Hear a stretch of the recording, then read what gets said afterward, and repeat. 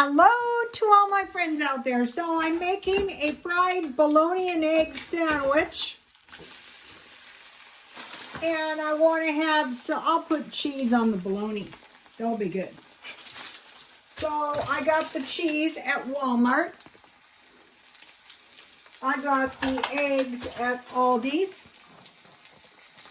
And then I made a tasty batch of French fries. I just fried some potatoes in some oil.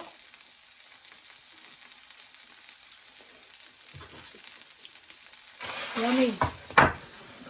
French fries are cheap to make at home.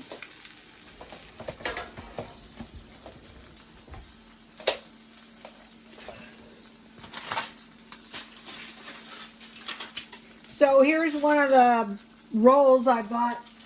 I think they're normally $3 at Walmart. You get about 12 rolls, I think.